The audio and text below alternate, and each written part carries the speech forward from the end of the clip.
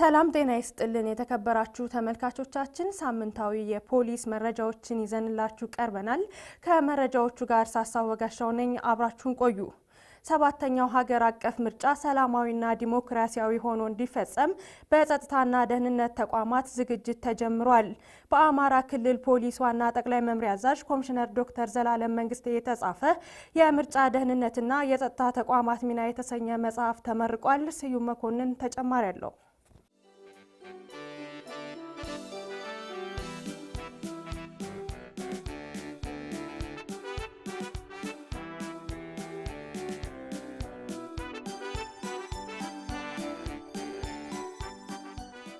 በዘንድሮ ዓመት የሚካሄደው ሰባተኛው ሀገር አቀፍ ምርጫ ሰላማዊ ዲሞክራሲያዊና ሁሉን አቀፍ ሆኖ እንዲፈጸም የጸጥታ ተቋማት ሚና የላቀ መሆኑን የምርጫ ደህንነትና የጸጥታ ተቋማት ሚና መጽሐፍ ጸሐፊ ኮሚሽነር ዶክተር ዘላለም መንግስቴ ገለጹ።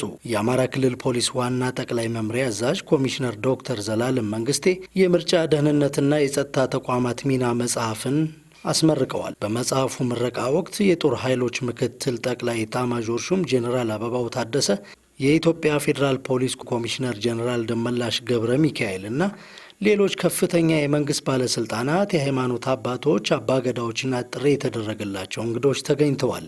የአማራ ክልል ፖሊስ ዋና ጠቅላይ መምሪያ አዛዥ ኮሚሽነር ዶክተር ዘላለም መንግስቴ በወቅቱ እንደገለጹት ዲሞክራሲያዊ ስርዓት ለመገንባትና የመንግስት ስልጣንን ለመያዝ የሚቻለው በምርጫ ብቻ መሆኑ ግድ የሆነበት ጊዜ ነው ብለዋል።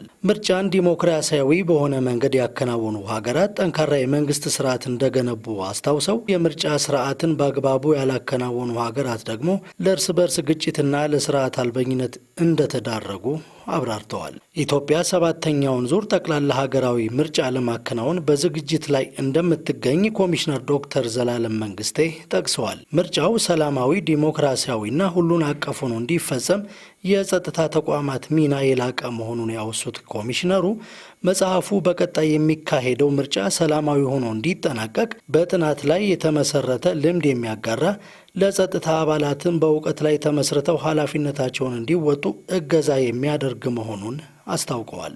በእሳቸው የተጻፈው የምርጫ ደህንነትና የጸጥታ ተቋማት ሚና መጽሐፍ በስድስቱ ዙር ምርጫዎች ላይ የጸጥታ ተቋማትን በመምራት ያገኟቸውን በጎ ልምዶችና የታዩ ጥረቶችን በመመርመር የተዘጋጀ መሆኑንም ተናግረዋል። መጽሐፉ ለልዩ ልዩ የህብረተሰብ ክፍሎች ተደራሽ እንዲሆንም በአማርኛ፣ በአፋን ኦሮሞ፣ በእንግሊዝኛና በፈረንሳይኛ እንደተዘጋጀ የአማራ ክልል ፖሊስ ዋና ጠቅላይ መምሪያ አዛዥ ኮሚሽነር ዶክተር ዘላለም መንግስቴ የገለጹ ሲሆን ከመጽሐፉ ሽያጭ የሚገኘው ገንዘብ የጀግኖች ማዕከል ማገገሚያ ግንባታ እንዲውል ማበርከታቸውን አስታውቀዋል።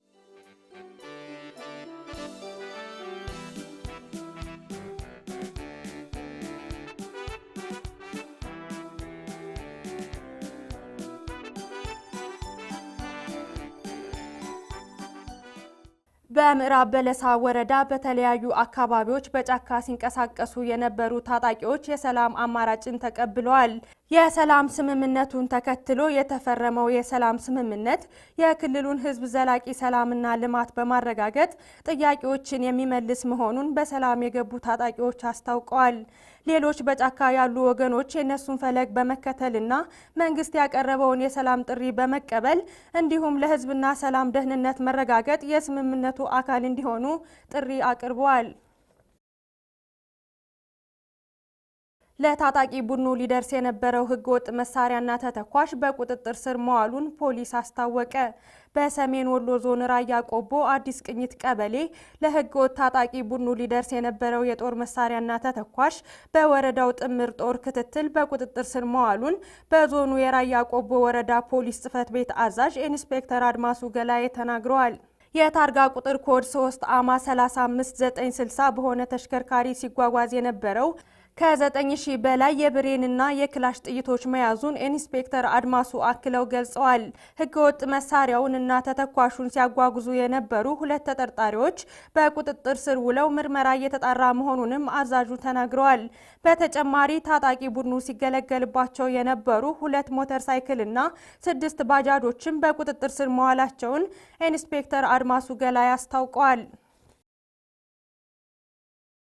አሳሳቢ የሆነውን ህገወጥ የሰዎች ዝውውር ለመከላከል ህብረተሰቡን በማሳተፍ በትኩረት እየሰራ መሆኑን የኮምቦልቻ ከተማ አስተዳደር የቢራሮ ክፍለ ከተማ ፖሊስ አስታውቋል። ዳግላስ ኃይሉ ተጨማሪ አለው።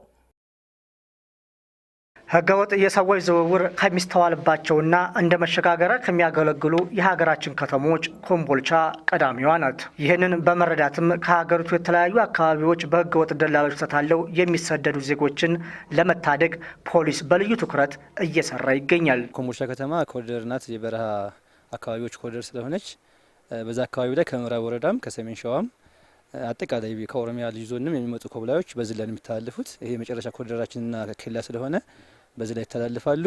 ይሄን ለመከላከል ያው በርካታ የሆኑ የኬላ ስራዎችና የኮሚኒቲ ፖሊሲንግ ስራዎች እንሰራለን። በዚህ መሰረት ከተማችን ላይ አስኮብላይና ህገወጥ ኮብላይ እንዳይኖር በምንሰራበት ሰዓት በርካታ የሆኑ ውጤቶች መጥተዋል። በህገወጥ የሰዎች ዝውውር የሚሳተፉ ደላሎች ላይ ትኩረት በማድረግ ፖሊስ ተጠርጣሪዎችን በቁጥጥር ስር በማዋል ተጠያቂነትን ያስገኘ ስራ እያከናወነ ይገኛል። ከአስኮብላይም ጋር ተያይዞ በርካታ የሆኑ ዋና አስኮብላይና መለስተኛ እነዚህ ደላላ የሚባሉትን ጭምር እያያዝን ወደ 20 የምርመራ መዝገብ አጣርተናል በዚህ 2 ዓመት ውስጥ ማለት ነው። ከዚህ መካከል ላይ የተፈረደባቸውም አሉ፣ በህግ ፕሮሰስ ላይ ያሉ አሉ። የተፈረደበትን ስንመለከት 14 ዓመት ከ6 የተፈረደበት አንድ ገርባ ላይ ሆነው እንትን የሚያስኮበልል ከፍተኛ የሆነ አስኮብላይ ነበር። እሱን በህግ ደረጃ አስቀጥተናል ማለት ነው። ከዚህ ጋር ተያይዞ በርካታም በህግ ደረጃ ያሉ በክርክር ያሉ አስኮብላዮች አሉ። ህገወጥ የሰዎች ዝውውርን ለመከላከል ከአጎራባች ወረዳዎችና ከአፋር ክልል ፖሊስ ጋር በጥምረት እየተሰራ ስለመሆኑም ተነግሯል። አጋጣሚ የሚያልፉበት መንገድ ካለ እነሱም ጋር እየተደዋወልን በተለይ እዚህ አፋር ክልል ከገቡ በኋላ ውሃ ልማት የሚባል አካባቢ አለ። እዛ አካባቢ ጭምር እየተደዋወልን ቤተሰብ በሚሰጡ ጥቆማ መሰረት አጋጣሚ ያለፉ ካሉ እነሱን ጭምር ይዘን እንዲያዙ እያደረግን የሚመለሱበት መንገድ ጭምር አለ። በተለይ ሌሊት አካባቢ የሚጓዙ አሉ፣ በእግር የሚጓዙ ማለት ነውና እነሱ ጋር ተያይዞ እዛ አልፈው ከሄዱ በኋላ እነሱ አፋር ክልል ውሃ ልማት አካባቢ ጋር እንዲያዙ በማድረግ ወደ ቤተሰቦቻቸው እንዲቀላቀሉ የምናደርግበት መንገድ እንዳለን። ህገወጥ ደላሎች የሚያወሩት የማይጨበጥ ተስፋ ዜጎችን ለህገወጥ ስደት እየዳረጋቸው ይገኛል። ህገወጥ የሰዎች ዝውውር ዜጎችን ለአስከፊ ስቃይና ሞት እየዳረገ እንደሚገኝ የኮምቦልቻ ከተማ አስተዳደር ቢራሮ ክፍለ ከተማ ፖሊስ አዛዥ ኢንስፔክተር መሐመድ ኢማም ጨምረው ይገልጻሉ። ሰው እዛ ቦታ ላይ ሄዶ የደረሰበትን ችግር አያስረዳም። በቃ ከሄደ በኋላ አስገድዶ የሚደፈሩ አሉ። ወንድ ልጅ እንደዚህ የሚደፈርበት ሁኔታ አለ፣ የሚገረፉበት አለ፣ የሚገደሉበት ሁኔታ አለ።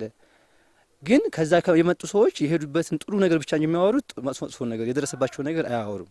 ስለዚህ ተከታዩ ማህበረሰብ እየተከተለ የሚሄደው ማለት ነው። ወንድሙ ሞቶ እየመጣ እያየው ሌላ ሰው መልሶ ይሄዳል። ይሄ ምንድነው ያለ የግንዛቤ ጥሩት ችግር ነው እና እዛ አካባቢ ላይ የሚደርስባቸውን ስቃይ ባለማስገንዘብ ባለማስረዳት እኔ የደረሰብኝ ችግር ለሌሎች ሰዎች አስተማሪ ባለማድረግ የተፈጠረ ችግር ነው። ምክንያቱም በቃ ህይወት ላይ ቁማር የለም። ህይወት ላይ የመጨረሻ አማራጭ የሌለ ጉዳይ ስለሆነ እንደ አማራጭ ይዞ መሄድ ትክክል አይደለም። ምክንያቱም ሰው ቁማርተኛ የሆነ ሰው ቤቱን ሊያስይዝ ይችላል፣ መኪናውን ሊያስይዝ ይችላል እንደ ቻንስ ማለት ነው። ህይወቱን ግን በዚህ ደረጃ ሲይዞ መሄድ ግን በጣም የሆነ ትልቅ የሆነ ተስፋ ይሰጣቸዋል። ደላላዎችም የሚሄዱ ኮብላዮቹ ጭምር ማለት ነው እንጂ እኔ የደረሰብኝ ልክ HIV ኤድስን ለማስተማር እንደተጠቀምንበት ሂደቶች ማህበረሰቡ ኮብላዮቹ የደረሰባቸውን ችግር የተደፈሩትን፣ የተገደሉትን፣ የተደበደቡትን ጭምር ግንዛቤ ብንፈጥር ህብረተሰቡ የነቃ አሳሰብ ይኖረው ነበረ። ህገወጥ የሰዎች ዝውውር የሚያስከትለውን ጉዳት ከግምት ውስጥ በማስገባት ማህበረሰቡ ሊያወግዘው እንደሚገባ ኢንስፔክተሩ የገለጹ ሲሆን ማህበረሰባችን ህጋዊ መንገድን ብቻ መጠቀም እንደሚገባው መክረዋል። ማህበረሰቡ ጊዜያዊ ጥቅምን ሳይሸወድ ዘለቄታዊ የሆነ ህይወት ሊኖርበት የሚችለውን ነገር ቢጠቀም ጥሩ ነው የሚል ነገር አለ። ባጭር መለወጥ የሚባለው ይህ አይደለም።